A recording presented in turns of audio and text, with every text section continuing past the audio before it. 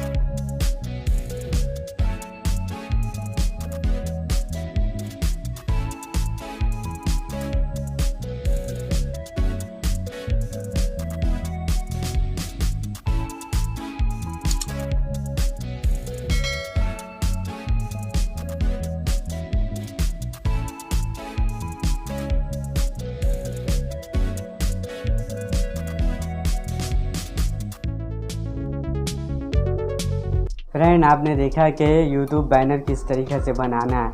आप इसी तरीक़े से यूट्यूब बैनर बनाइए और अपने चैनल में लगाइए। आपका चैनल जो काफ़ी अच्छा ग्रो करेगा। फ्रेंड, मेरे वीडियो को लाइक कर दीजिए और चैनल को सब्सक्राइब कर दीजिए और अपने दोस्तों में शेयर कर दीजिए ताकि वो लोग को भी काफ़ी आसान पड़े बैनर बनाने के लिए। Okay friend, bye.